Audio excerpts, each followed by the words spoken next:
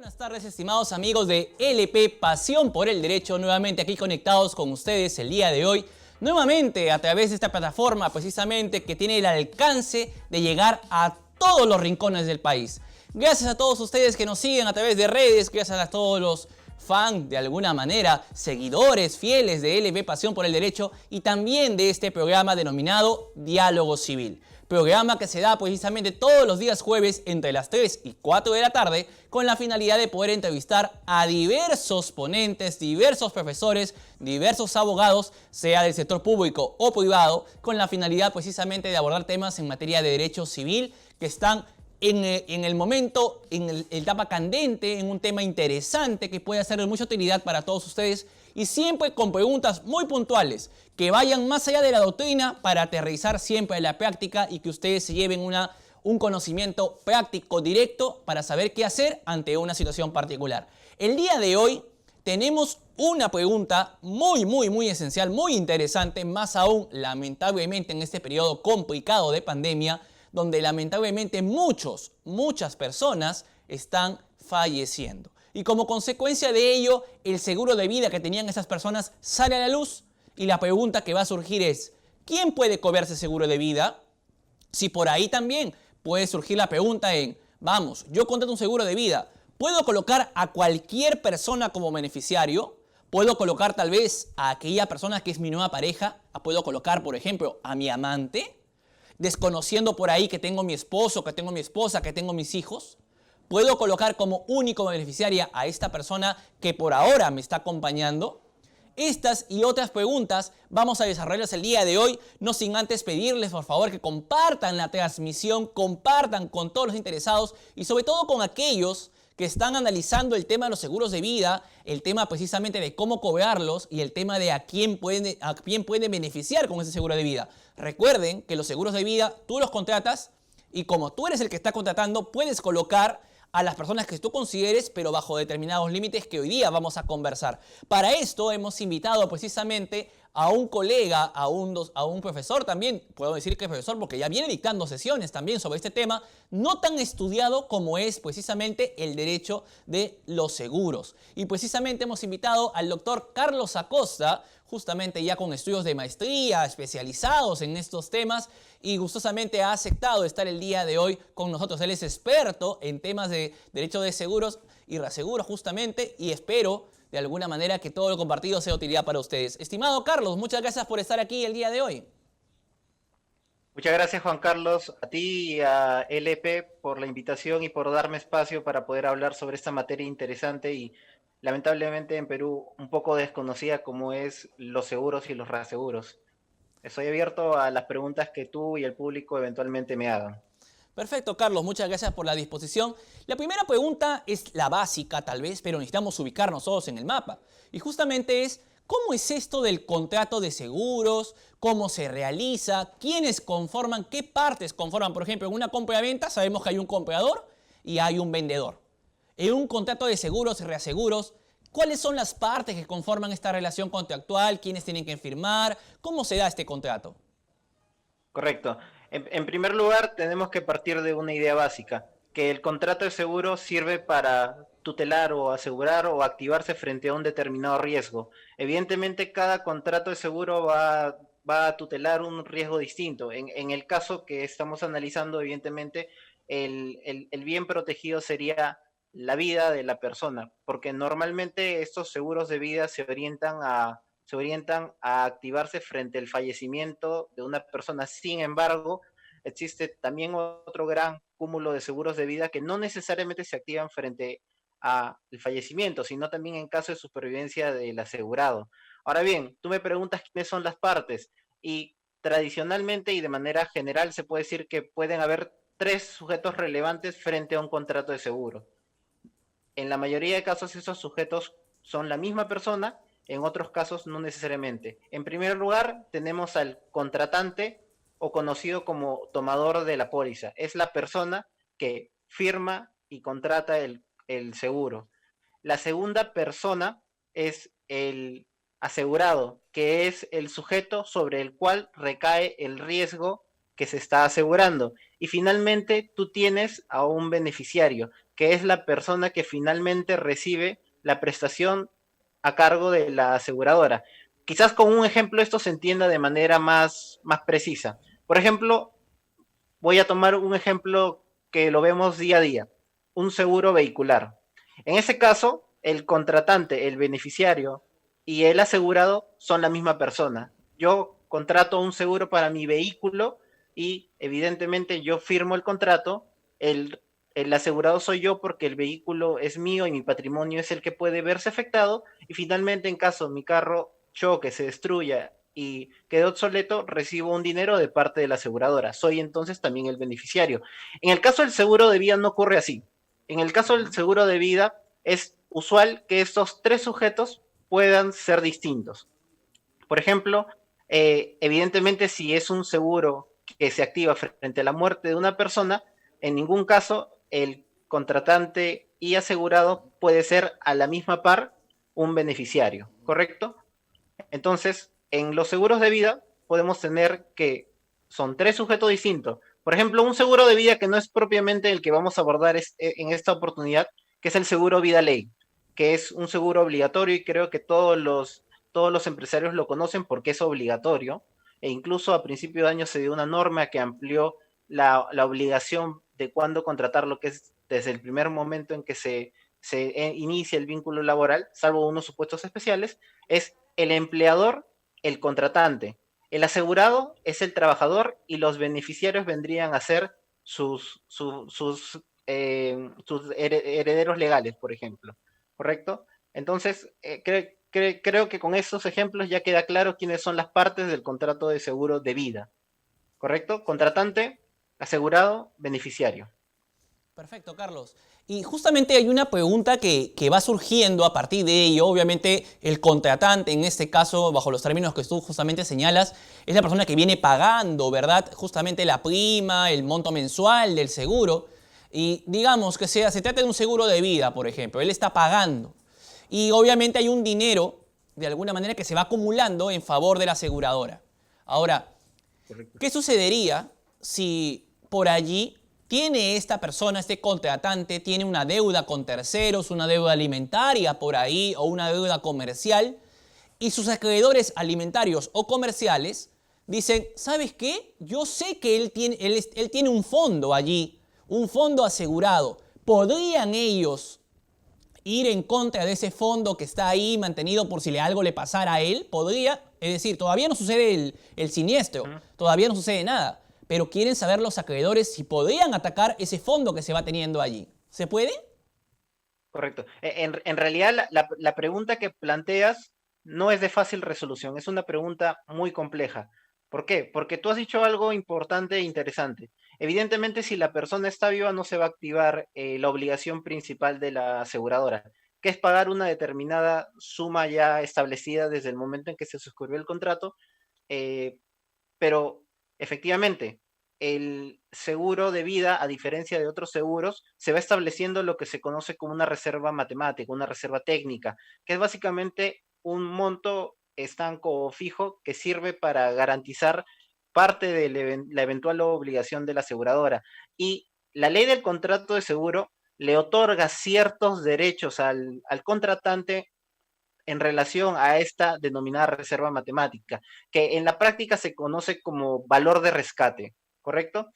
Uno de estos derechos que otorga la ley del contrato de seguro en su artículo 126 es el denominado ejercicio del derecho a rescate, por la cual, por ejemplo, pasado 2 anualidades, esto es 2 años, una persona puede recuperar un monto puede, debidamente pactado o establecido de acuerdo a las provisiones matemáticas que tiene la aseguradora y puede recuperar esa parte sin que ocurra el evento que es la muerte o sin que ocurra el plazo establecido originalmente, ¿correcto? Así que si eso es posible, de alguna manera, quizás con alguna acción legal que presione al contratante a recuperar ese monto, quizás podría accederse a ese monto. También, por ejemplo, la ley establece la posibilidad de ejercicio de un derecho de préstamo, pero siempre todo esto está limitado al denominado valor de rescate, que es un monto mucho, mucho menor que el que se obtendría una vez que se produzca la muerte y se pague la indemnización, ¿correcto? Tiene que distinguirse estos dos conceptos. Si la pregunta es si yo puedo acceder a la indemnización, la respuesta evidentemente es no. ¿Por qué? Porque todavía no ha ocurrido el evento que dispara o gatilla la obligación, que es la muerte. Si me preguntas si los acreedores pueden acceder al valor de rescate, yo creo que en la medida de que no existe una norma que establezca la intangibilidad de este monto, podría hacerse. ¿Es una situación complicada, de difícil argumentación? Sí, pero yo no podría negar de plano esa posibilidad, pero no es algo sencillo, pero sí podría. Ok, Carlos, interesante el tema porque no le puedo negar, en mi calidad de abogado de litigante en materia de familia, siempre me preguntan, profesor o doctor, ¿es posible que yo embargue ese dinero que está allí? Porque yo sé que está pagando. ¿Puedo embargarle también ese dinero? Y justamente por eso te lanzaba ahí por ahí el dardo para ver tu opinión también al respecto, ¿no? Sobre este tema muy interesante. Ahora bien, cuando una persona es contratante de un seguro, tiene la posibilidad precisamente le preguntan, ¿no? Oiga usted, ¿a quién quiere beneficiar? ¿Quiénes quiere colocar como sus beneficiarios en caso, por ejemplo, del seguro de vida? Obviamente uno fallece y quiere colocar beneficiarios. Y de alguna manera la pregunta que surge ahí, ¿existe algún límite legal para colocar a un beneficiario o puedo yo decidir libremente, en mi calidad de contratante, puedo libremente decidir, ¿sabes qué? Yo soy casado, tengo hijos, pero igual yo quiero que mi amante sea mi beneficiaria y la única beneficiaria. ¿Puedo hacer eso o no? La pregunta es curiosa y si, por ejemplo, te la respondiera un civilista plano y llano, te diría que no, quizás no, porque existiría la limitación de disposición de la tercia disponible y te alegaría diversos motivos por los cuales no. Sin embargo, si uno revisa la ley del contrato de seguro peruana e incluso revisa las legislaciones extranjeras y también evalúa el desarrollo histórico del seguro de vida, va a poder observar que en realidad, por lo menos en materia de seguro de vida, hay una libertad absoluta para designar quién va a ser tu beneficiario, ¿correcto? Ojo, esto, lo que voy a decir también es importante. Esto solamente se da en el seguro de vida voluntario. En determinados seguros de vida que son obligatorios, como por ejemplo el seguro de vida ley, la norma establece con toda claridad que los beneficiarios tienen que ser los herederos legales, y en ausencia, que viene a ser la cónyuge y los hijos, y en caso de ausencia de estos, los ascendientes o descendientes, ¿correcto? En cambio, en el seguro de vida voluntario, el que está previsto en la ley del contrato de seguro de manera general, nosotros tenemos una norma interesante que quizás no, si uno la lee, no la entiende sin tener en contexto todo el desarrollo histórico, que es el artículo 131.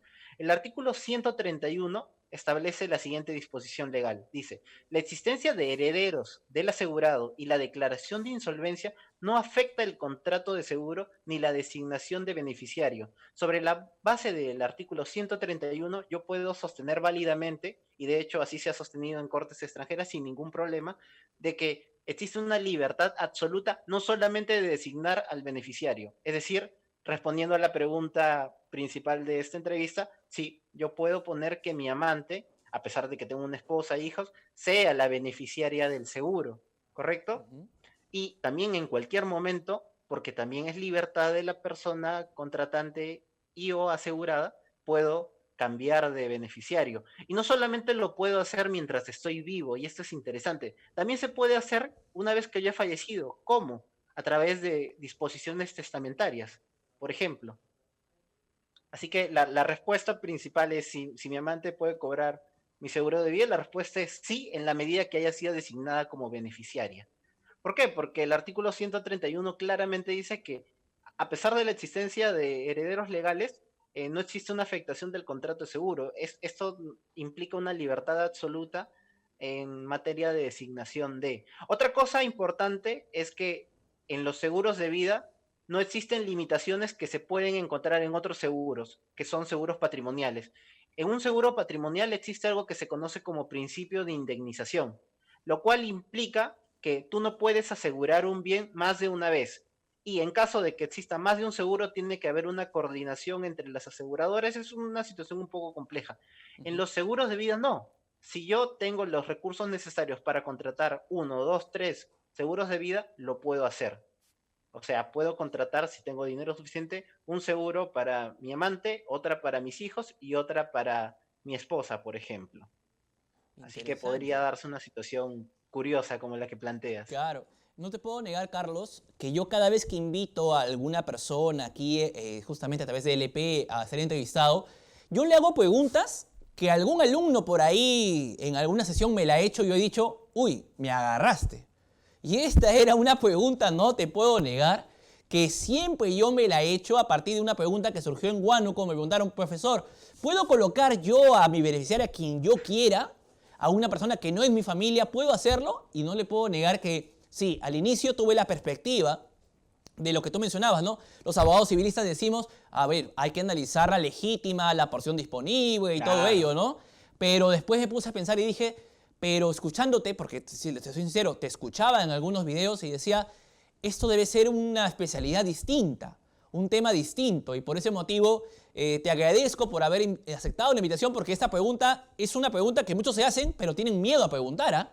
Pero es una constante, porque lamentablemente, pues, actualmente existe un quiebre en la relación matrimonial o hay un desorden en el punto de vista personal de muchas personas y deciden justamente analizar estas dudas y no saben a qué preguntar, y tú has dado la clave precisamente para disolver estas situaciones que se puedan presentar.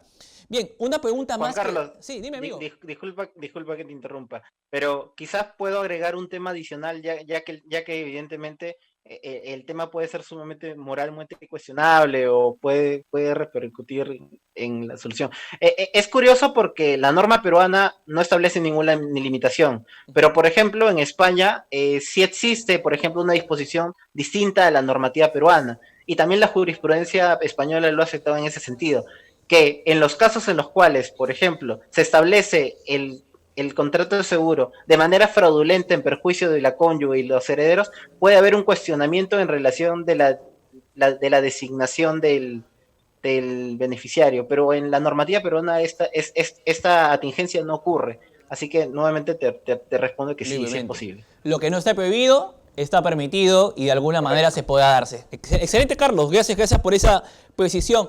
Hay una pregunta aquí que surgió justamente por Sander Ramos Gamarra, que me parece sumamente interesante. Me dice, doctor, buenas tardes, agradezco por la entrevista, todo va muy bien, luego vas a poder leer tú también los comentarios. Dice, ¿cómo podría verificar si una persona tiene seguro de vida? Es decir, por ahí lamentablemente un familiar mío falleció, por ahí lamentablemente un amigo mío ha fallecido. ¿Cómo puedo verificar yo que una persona que falleció tiene seguro de vida vigente y que de alguna manera hay algo por cobrar? ¿Cómo sabemos eso si no contamos con el Ya. contrato, por ejemplo, ¿no? A la mano? ¿Cómo? ¿Hay una entidad que regula todo esto? Correcto. Esta pregunta es sumamente interesante y me da pie no solamente a dar la respuesta, sino también a dar dos recomendaciones que considero importantes, porque la idea y es algo que rescato de tus participaciones que he visto anteriormente, son esencialmente prácticas y tienden a ofrecer soluciones y también consejos a no solamente a los abogados, sino también a los clientes y a las personas que escuchan el programa y tienen muchas dudas, que normalmente son personas que no necesariamente son abogados, ¿correcto? Y la recomendación es hay dos recomendaciones quizás para contratar un seguro de vida. La primera es acérquense a un broker.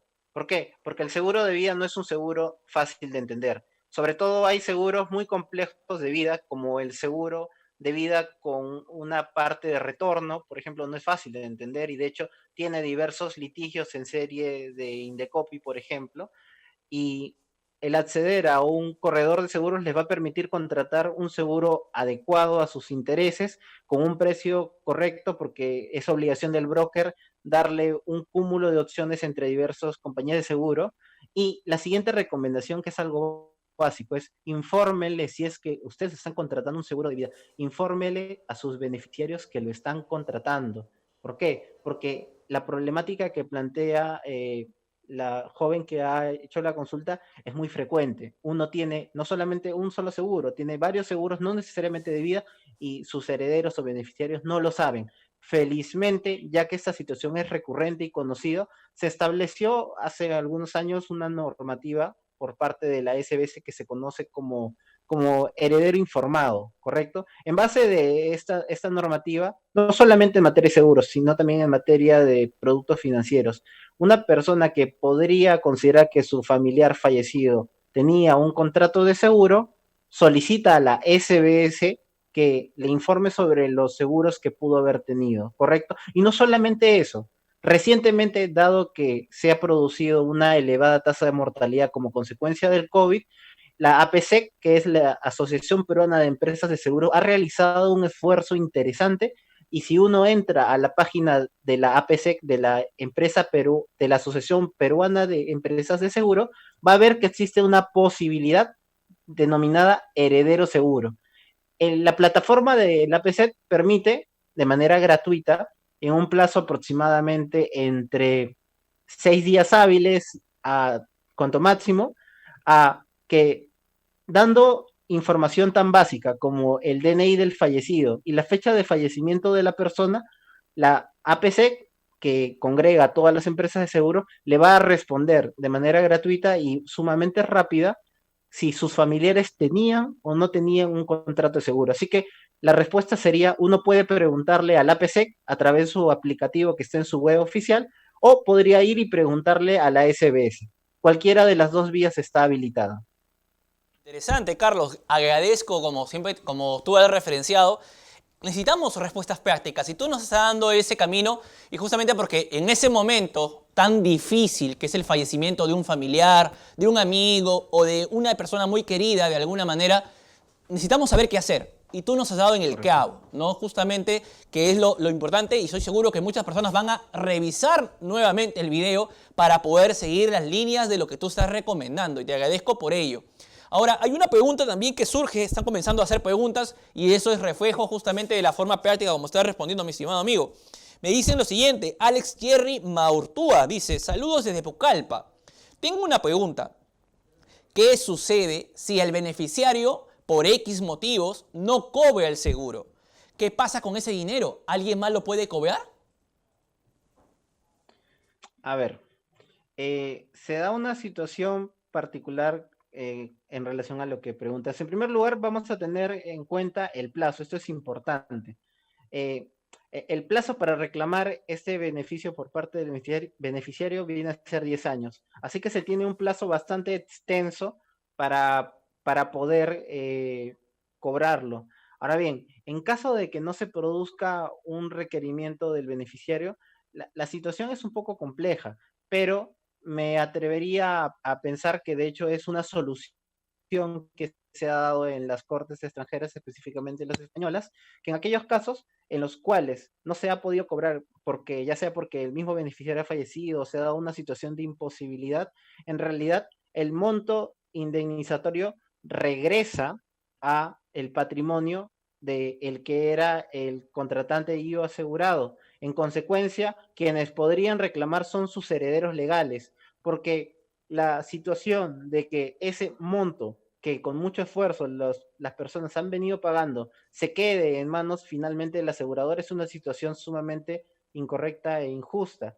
Así que ante una solución no tan clara, si uno revisa la normativa peruana, porque la normativa peruana, si bien es cierto, es detallada en algunos aspectos, por lo menos en los relacionados al beneficiario, no lo es. No existen muchas normas en relación al beneficiario y de hecho es una de las críticas que le hacen los estudiosos extranjeros que han tenido oportunidad e interés en revisar la normativa peruana en materia de seguro de vida. Así que yo me atrevería a sostener que en los casos en que por algún motivo y a pesar del extenso plazo que se tiene, si no se ha reclamado, esta indemnización regresiona a el patrimonio del contratante y o asegurado y en consecuencia son sus herederos legales los que podrían reclamarlo.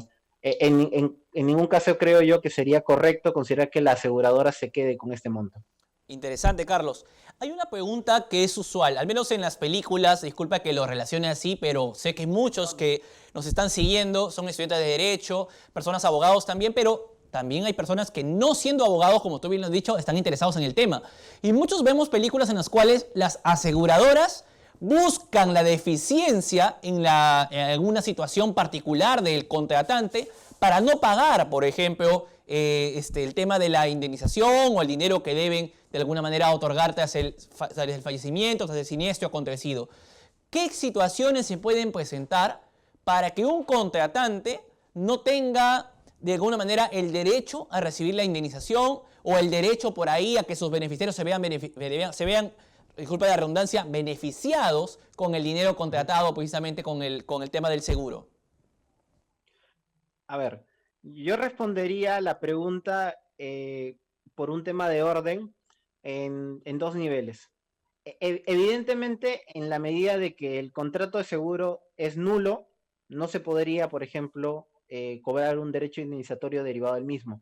Así que una primera forma en cómo una aseguradora podría negarse válidamente, evidentemente, las respuestas que voy a dar siempre son en el ámbito de lo que vendría a ser correcto de acuerdo a la póliza y a la ley.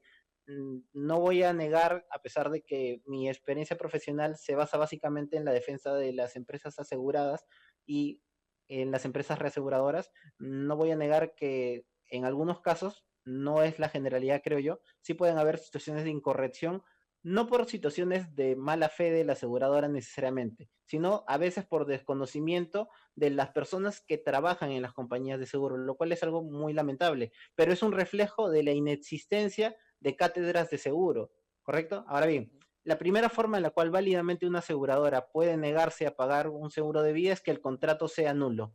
¿Y cuándo el contrato de seguro puede ser nulo? Por ejemplo,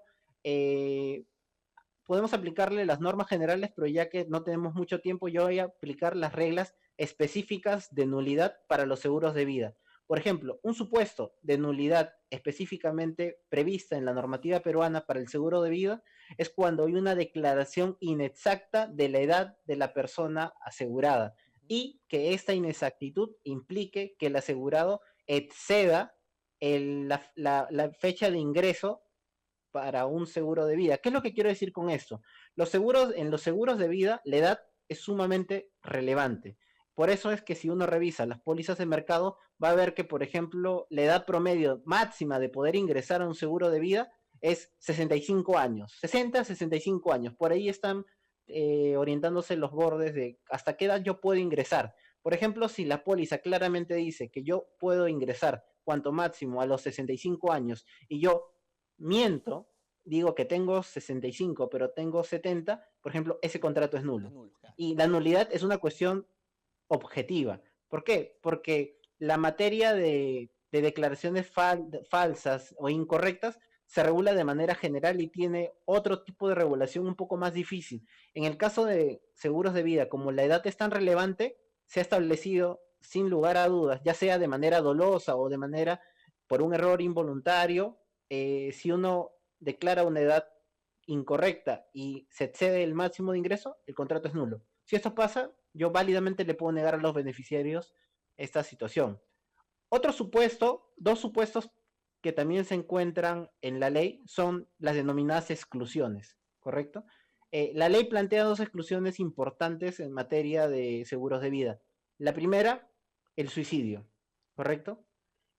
Y la ley dice claramente que dentro del periodo de 2 años, si el asegurado comete un suicidio de manera consciente y voluntaria, esos son los términos exactos que utiliza la norma, de manera consciente y voluntaria realiza un suicidio, el seguro válidamente puede negarle a los beneficiarios el pago de este.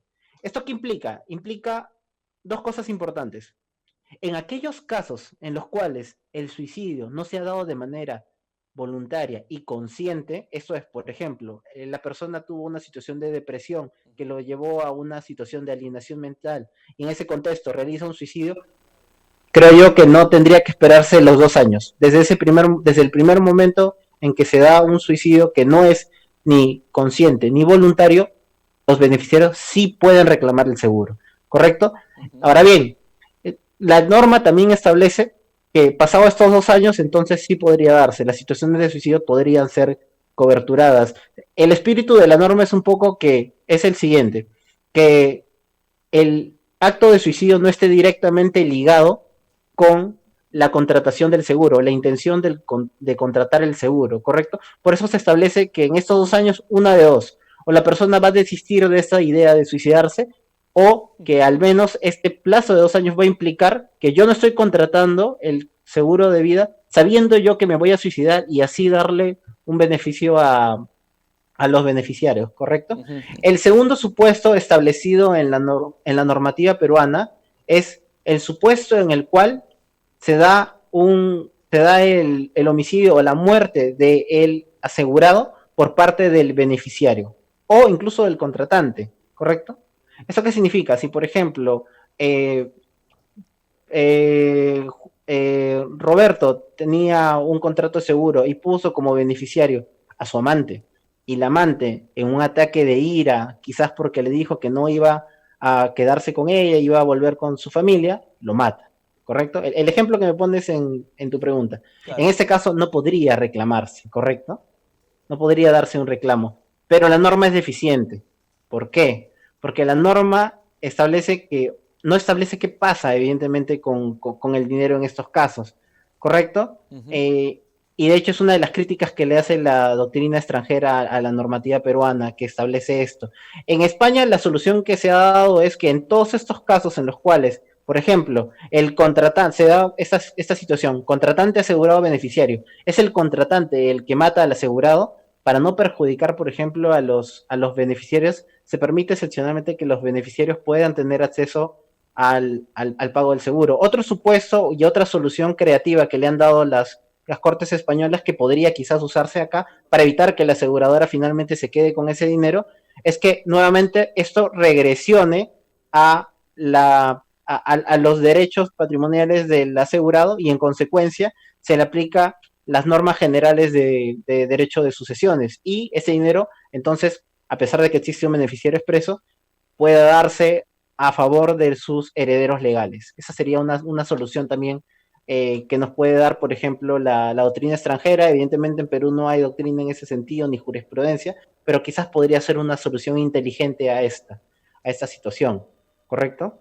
Muy interesante. Otras pólizas del mercado también establecen, por ejemplo, que no van a pagarle si el evento ocurre como consecuencia de estado de drogadicción, estado de alcoholismo, por realizar actividades riesgosas. Por ejemplo, he visto en algunas pólizas del mercado que le niegan la cobertura si la persona era un bombero o era un policía. Situaciones así, evidentemente, tienen que estar expresamente establecidas en la póliza y ya cuando uno contrata, evidentemente sabe a lo que entra cuando contrata este tipo de seguros. Interesante, Carlos, muy interesante lo compartido. Obviamente es una materia para el mucho desconocida, pero poco a poco vamos ingresando justamente a análisis y de taquitos. Por ese motivo te hemos invitado precisamente para que permitas de alguna manera también aquí en LP ir conociendo paulatinamente esta fascinante, porque es un contrato diferente, es un contrato especial. Y es un tema que genera justamente mucha controversia, ¿no? Y ya lo vas a ver en los comentarios cómo la controversia va generándose a partir de lo que vas comentando en torno a, no, pero no es posible, cómo le vas a dar todo a ella y todo eso, pero es un contrato especial y hay que verlo de esa manera, con una regulación especial. Hay una pregunta interesante, mi estimado Carlos, dice Jorge Rafael Miranda Zabaleta, te dice, buenas tardes, doctor, ¿cuál es el procedimiento que debo seguir yo en caso yo sea el beneficiario? ¿Cómo puedo cobrar? Ya me enteré, ya sé cómo averiguar que hay un seguro de vida por ahí de la persona que ha fallecido, sé que soy el beneficiario. ¿Cómo puedo ir a cobrar justamente ante la aseguradora, ante la entidad con la cual se contrató el seguro? ¿Cómo puedo cobrar ese dinero?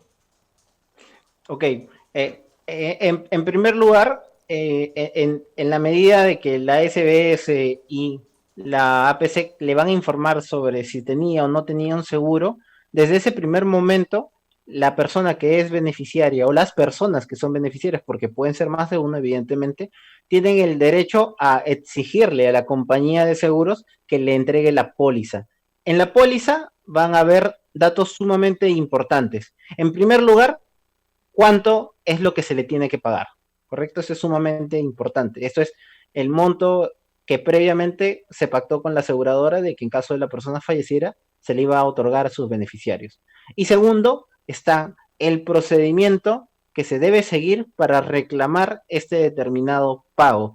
Lo usual, sin perjuicio de que la compañía le tenga que dar la póliza y ahí está detallada, porque cada aseguradora trabaja de una manera distinta, pero lo usual en el mercado es que básicamente te te exijan que evidentemente te identifiques, ¿correcto? En algunos casos, si tú, por ejemplo, tú eres hijo, para acreditar tu condición de hijo tienes que acreditar tu partida de nacimiento. Si tú eres su cónyuge, tienes que presentar, por ejemplo, el acta de matrimonio y evidentemente tienes que presentar el acta de función, porque ese es el evento que gatilla todo este cúmulo de obligaciones por parte de la aseguradora, ¿correcto? También, evidentemente, por una materia de distribución de cargas legales, corresponde a la aseguradora, por ejemplo, probar todas las situaciones que la liberen del pago. Estas exclusiones y estas nulidades que te comenté hace un momento son a cargo de la aseguradora. O sea, a ti no te pueden exigir, por ejemplo, todas estas situaciones que las acredites, la tienen que acreditar ellos, ¿correcto? Así que si tú eres beneficiario, en realidad bastaría que logres identificarte adecuadamente, identifiques también que la persona que era el asegurado y o contratante ha fallecido y no debería ocurrir mayor problema, ¿correcto? Interesante, interesante, Carlos. Hay una pregunta también de Techi Sabina, me parece curiosa la interrogante, pero puede ser la situación de muchas personas. Si tienes referencias al respecto, los comentas, si no, no hay ningún problema, porque es una pregunta que colinda un poco con el aspecto empresarial y tiene que ver con esto. Me dice, a ver, ¿por qué a mí me descuentan, dice en este caso Techi, me descuentan a mí de mi boleta de remuneraciones un pago que va destinado a un seguro, contratado por la empresa que me contrató? Ahora, ese seguro me descuentan y yo quiero saber cuál es la póliza, el contenido, a qué estoy asegurado en referencia a ese seguro, y resulta que la aseguradora contratada no me da información a mí, que soy el trabajador al cual le están descontando el dinero, porque me dice que solamente la información se la deben dar a la empresa que contrató. ¿Eso es correcto? ¿Está bien? ¿Es actuar de la aseguradora? ¿O deberían también informar a los trabajadores, que son los que indirectamente están pagando con su sueldo el seguro? Correcto. La respuesta en realidad puede tener varios matices y de hecho lo he visto reflejado en varias controversias en sede de Indecopi. A ver, evidentemente en estos casos no me queda duda de que estamos hablando ante de un seguro de grupo, lo que se conocen como los seguros grupales, que se diferencia de los seguros individuales. Normalmente cuando las empresas contratan determinados seguros, no solamente el de vida ley, al cual, como te comentaba hace un momento, es una obligación legal, tienen que contratarlo, y si no lo contratan, el efecto legal de no contratarlo es que la empresa es responsable de la indemnización que en su oportunidad la aseguradora debía pagarle al beneficiario, ¿correcto? Okay. Ahora bien, también pueden contratar seguros de salud, etcétera, y esto se hace, ya que son varias personas, se hace a través de un seguro de grupo. En el seguro de grupo, las reglas en relación a la información de las pólizas, que está debidamente detallado en el reglamento de contratación y transparencia de la información de los contratos de seguro, en realidad las pólizas grupales tú le entregas como aseguradora la póliza al contratante, eso es a la empresa. Y tienes la obligación, evidentemente, de entregar certificados, no la póliza, sino certificados a los diversos asegurados. O sea, sí existe una obligación de entregar al menos un certificado. Y lo usual es que cuando estas personas, que son los asegurados, reclaman a las aseguradoras, las aseguradoras le responden, es obligación del empleador darte la póliza, porque de hecho si uno lee los certificados que corren en el mercado, evidentemente eso es lo que se señala. Sin embargo, hay algunos casos de los cuales he tenido conocimiento, en el cual el Indecopi ha considerado que en realidad, independientemente de la forma en cómo se ha contratado, lo cierto es que en la medida de que al final va a ser la persona la que sufre el riesgo y que tiene un interés evidente en el contrato, se le extienda la calidad de consumidor y en consecuencia tú bien sabes que uno de los derechos pilares del derecho al consumo es el derecho a la información, ¿correcto? Sobre la base de una construcción en base al derecho de la información debidamente reconocida en el Código de Protección del Consumidor, se ha obligado a compañías de seguro a entregar estas pólizas, no solamente en el caso que plantea la señorita que formuló la pregunta, sino también en casos en los cuales quizás el matiz es más diverso. Por ejemplo, el poseedor de un carro no tiene no hay ningún problema que no sea el propietario. En la medida que acredite que es el poseedor del automóvil, puede solicitar información de la póliza del seguro de vehicular. Otros casos, por ejemplo, son el tercero afectado frente a un seguro de responsabilidad civil. Esto es, yo he sido afectado por una determinada empresa o por un determinado individuo y de alguna manera me he enterado que esta persona tiene un seguro de responsabilidad civil. Es decir, un seguro por la cual la aseguradora está obligada a pagar por los supuestos de responsabilidad civil, normalmente extracontractual, ¿correcto? Y este afectado, que es un tercero, que al final también va a ser un beneficiario, tiene derecho a recibir la póliza. No es inusual que las aseguradoras sistemáticamente se negaron por muchos años a entregar estas pólizas, por ejemplo, a estos terceros afectados en los accidentes, ¿correcto? Pero la jurisprudencia ya reiterada en sala de protección y defensa del consumidor es que, por ejemplo, este cúmulo de sujetos se les tiene que entregar la póliza, ¿correcto? Así que creo yo que sí podría uno llevar el caso quizás ante el Indecopi y alegar toda la construcción sobre la base del derecho de información obrante en este código, por ejemplo. Curiosa situación la que nos presenta, pero es un común denominador muchas veces en los trabajadores, ¿no? Porque obviamente la mayor cantidad de personas a nivel nacional en materia peruana precisamente son trabajadores y no empleadores, así que seguramente esta respuesta va a dilucidar muchos caminos en favor de ellos. Hay una pregunta interesante de Ruth Catherine Mesa Muñoz y yo te la voy a trasladar, pero con una indicación particular. Debido a la pandemia, muchas personas han quedado sin trabajo o sus recursos se han visto disminuidos por allí. Y lo último que quieren pagar, lo último que piensan pagar es la cuota de su seguro de vida. ¿Sí? Ese pago mensual. Es lo último que quieren pagar, porque lo primero que quieren pagar es cómo van a comer mis hijos, cómo me voy a beneficiar en todo caso por ahí alguna enfermedad rápida que hay que protegerla, hay que comprar los implementos para cuidarse, todo ello, y el dinero se va. El poco dinero que hay se va.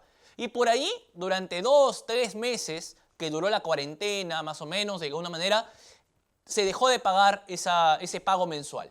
Y lamentablemente, esa persona contratante que dejó de pagar, lamentablemente le dio el COVID y falleció.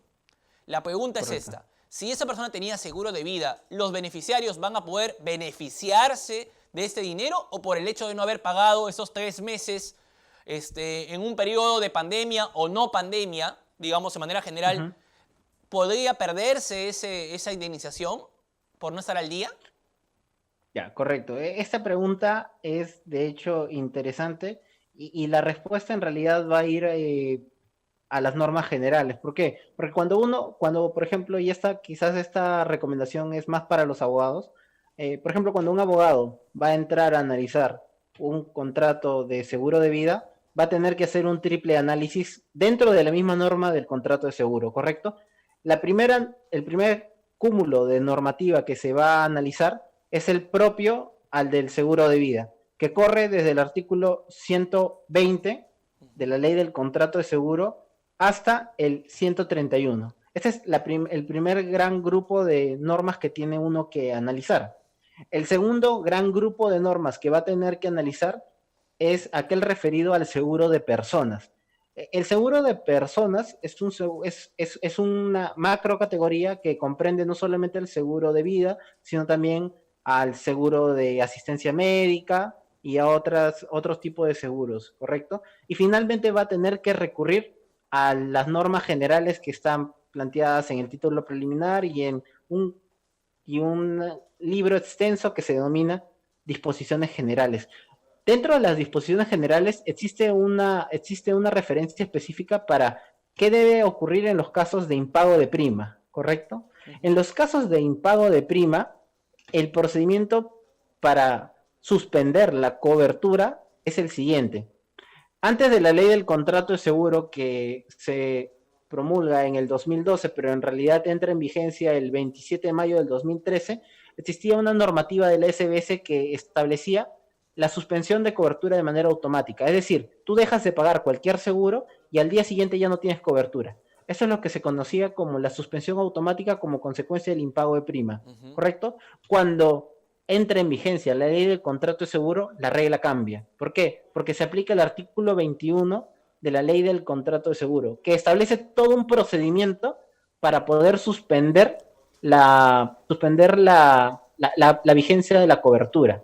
Y es básicamente que la compañía tiene que informarle mediante comunicación expresa e indubitable al asegurado de que está en una situación de incumplimiento y recién a los 30 días de producido eso es que se suspende la cobertura, ¿correcto? Esta es la normativa general para todo seguro, incluyendo al seguro de vida. Pero tenemos que hacer una atingencia. ¿Por qué? Porque, como te comentaba, en el seguro de vida existe algo que se conoce como el valor de rescate, que es esta reserva matemática. Y uno de los puestos en los cuales podríamos salvar esta problemática es aplicar lo que se conoce como el derecho de reducción, que de alguna manera utiliza esta reserva matemática para imputarla a las situaciones de impago de prima, ¿correcto? Así que quizás aquí podría encontrarse una solución.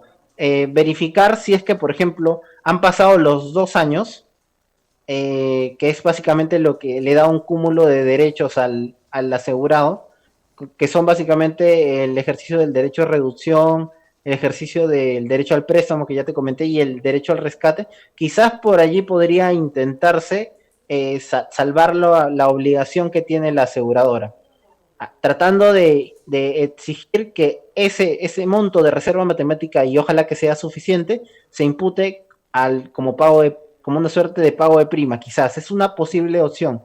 No estoy diciendo que sea la solución necesariamente, pero podría ser una situación para resolver esta problemática. Por ejemplo, que debe haberse dado mucho, ¿correcto? Uh-huh. Exactamente, mi estimado Carlos. Es una realidad, lamentablemente, dado este tema de pandemia, el tema del coronavirus que ha afectado a muchas familias que pueden haber estado aseguradas o no, pero aquellos que han estado asegurados tienen esta duda muy palpable, sobre todo porque, como te decía, lo primero que cubres es tu alimentación. Y dejas el seguro de lado y por ahí pues te sucede un siniestro, sucede algo y lamentablemente estamos desprotegidos a pesar de año tras año haber venido pagando ese tema. Ahora, hay una pregunta interesante también aquí, justamente que te quería hacer, era lo referente a los beneficiarios. El dinero que el beneficiario ya ha cobrado y por allí ya está en su cuenta bancaria, pero va a ser el depósito realizado de la aseguradora al beneficiario, ¿ese dinero es embargable por los acreedores del beneficiario? Por ahí puede tener una deuda con un banco por ahí, y el banco apenas ve el dinero, lo va a capturar y le va a quitar ese dinero. ¿Es así? ¿Se puede atacar el dinero generado por el pago de la aseguradora? A ver, voy a quizás matizar tu pregunta en un doble orden de supuestos. Por ejemplo, si tu pregunta, porque quizás no he entendido bien la pregunta, pero si la pregunta es si, por ejemplo, el asegurado el asegurado y o contratante tenía deudas y esta persona fallece, este dinero que se produce como indemnización a cargo de la aseguradora y que debe ir a los beneficiarios, se pueden embargar. O sea, eso es lo que has querido preguntar. Ese de alguna manera es una primera fase, claro. Y la segunda fase sería, ¿y qué sucede si los beneficiarios son los deudores? Si ellos tuvieran acreedores. Ya. O sea, dos perspectivas. Perfecto. La perspectiva de los acreedores del fallecido y la perspectiva de los acreedores del beneficiario. ¿Qué sucede con ese dinero? Correcto, ya. Ok, me queda claro. Las respuestas son diferentes. En el primer supuesto, no es inusual que los acreedores crean que en la medida de que existe un dinero allí que la aseguradora está obligada a pagar, que al final es una suma líquida y que evidentemente en línea de principio podría ser susceptible de un embargo, piensen que tienen derecho a, por ejemplo, tratar de embargar ese monto a favor de los beneficiarios, ¿correcto? Evidentemente cuando la persona está viva esto es imposible, ¿correcto? No se podría hacer. ¿Por qué? Porque la muerte es lo que gatilla la obligación del asegurador. Uh-huh. Pero incluso cuando la persona fallece y ya se genera esta obligación, tampoco se puede embargar la indemnización por las deudas que tuviera en su oportunidad el asegurado y contratante. ¿Por qué? Y eso es interesante. Y también se soluciona aplicando el artículo 131 y conociendo el desarrollo histórico del seguro de vida. El seguro de vida originalmente se estableció como un mecanismo para que las personas tuvieran una cierta seguridad de que en caso de que estos fallecieran, normalmente sus hijos, sus herederos legales, tuvieran una determinada protección y que sus acreedores no vayan en contra de este monto. O sea, es una suerte de salvaguarda para dejarle algo a sus hijos, ¿correcto?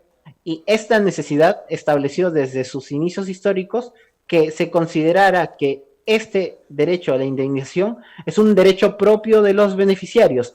Se asimiló la figura con un contrato a favor de tercero, en la cual este derecho de los beneficiarios es un derecho que se deriva no por el hecho de ser herederos legales o no por otras situaciones, sino se deriva de este contrato. Y en tal sentido, los acreedores de el asegurado y o contratante no pueden atacarlo, ¿correcto? Ese es un primer supuesto.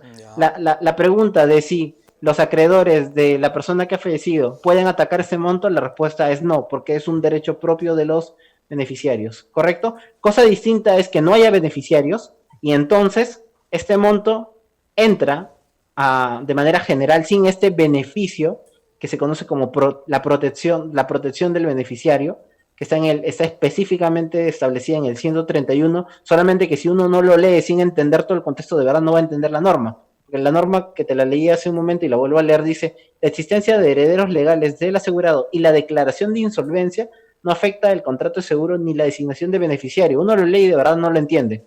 Pero lo que quiere decir esta norma de manera implícita es que no se puede atacar. Por eso es que habla de supuesto de insolvencia, habla de deudas, ¿correcto? Entonces, este gran primer supuesto, la respuesta es no.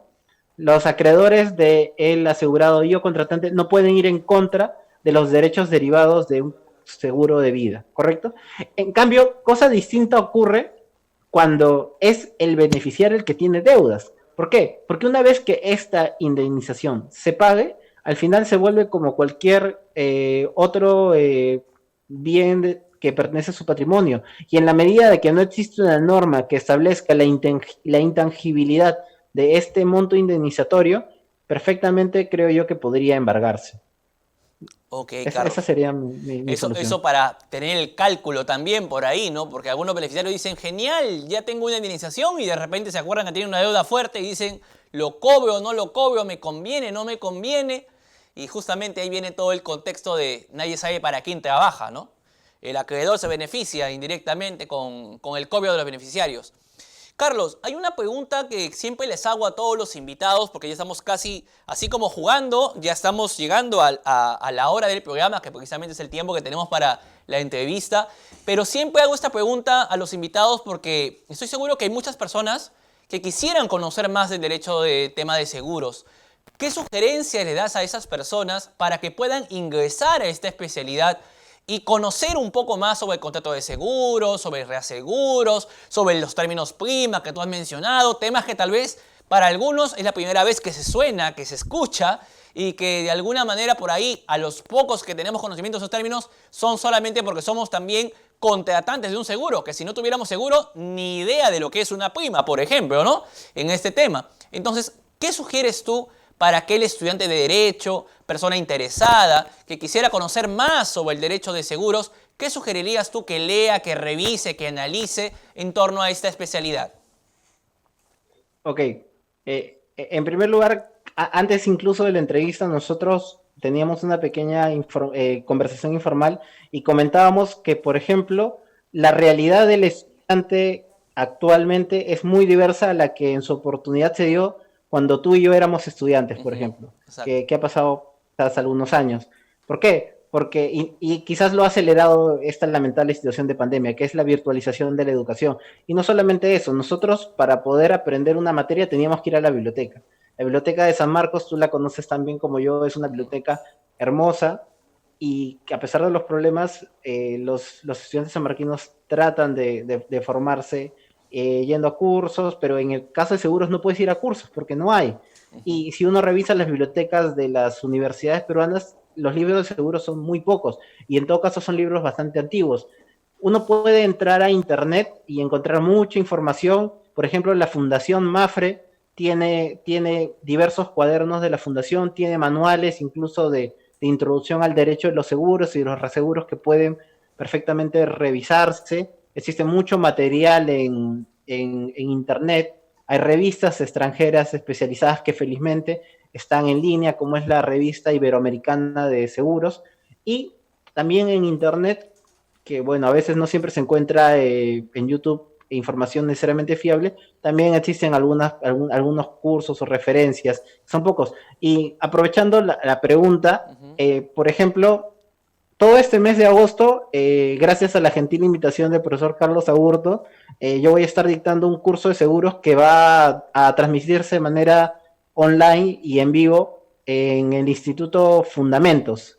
Si uno entra a Facebook y pone Instituto Fundamentos, va a poder encontrar, por ejemplo, el nombre, y empezamos este sábado, y son cuatro sesiones en las cuales yo, a pesar del poco tiempo, voy a tratar de dar una idea general del contrato de seguro y de diversos aspectos prácticos e interesantes como el que tú me has planteado. Básicamente yo voy a hablar de la primera sesión, que es este ya sábado, voy a hablar del contrato de seguro de manera general en 1 hora. Luego la siguiente sesión voy a hablar sobre la gestión y pago del siniestro, que es un tema trascendental. ¿Por qué? Porque uno paga un seguro porque en caso de que ocurra el evento quiere cobrarlo, es evidente. Un seguro que no te paga si ocurre un siniestro no sirve para nada y da pie a una situación de litigio. La cuarta sesión va a ir enfocada a la resolución de controversias en materia de seguros, y finalmente una sesión específica para empresas. Se va a tocar el seguro de interrupción de negocios frente al COVID, que es un tema actual, interesante y muy discutido, más en el extranjero que en Perú quizás. Básicamente esas podrían ser las recomendaciones de manera general. El internet está abierto, estudien idiomas, con lo cual van a poder acceder, porque la mejor doctrina de seguros no está necesariamente en español, está en inglés, está en francés, está en italiano, así que quizás el conocimiento de diversos idiomas les puede abrir puertas de bagaje cultural sumamente amplios.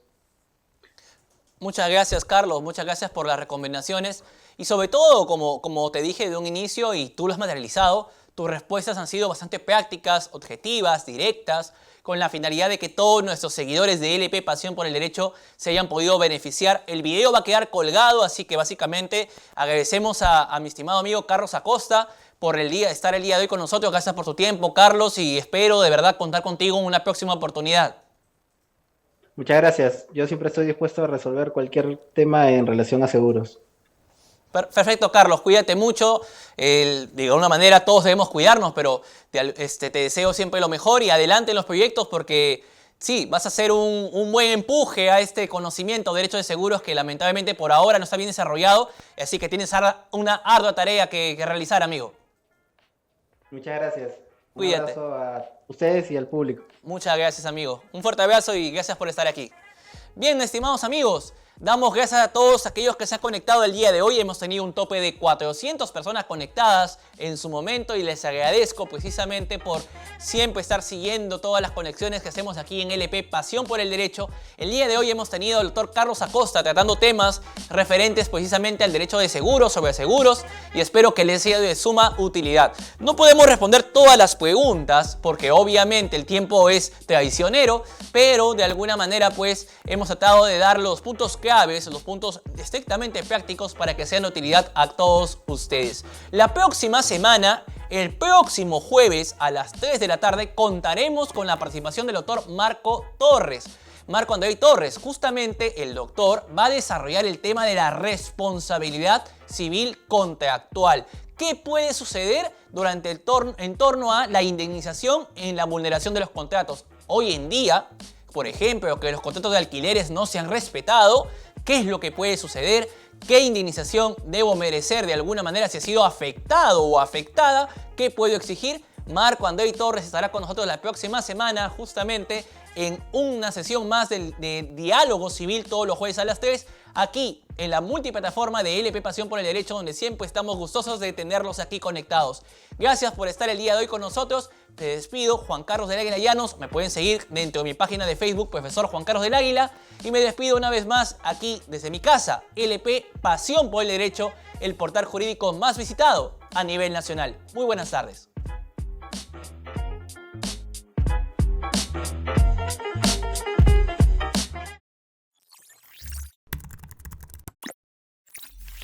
lpderecho.p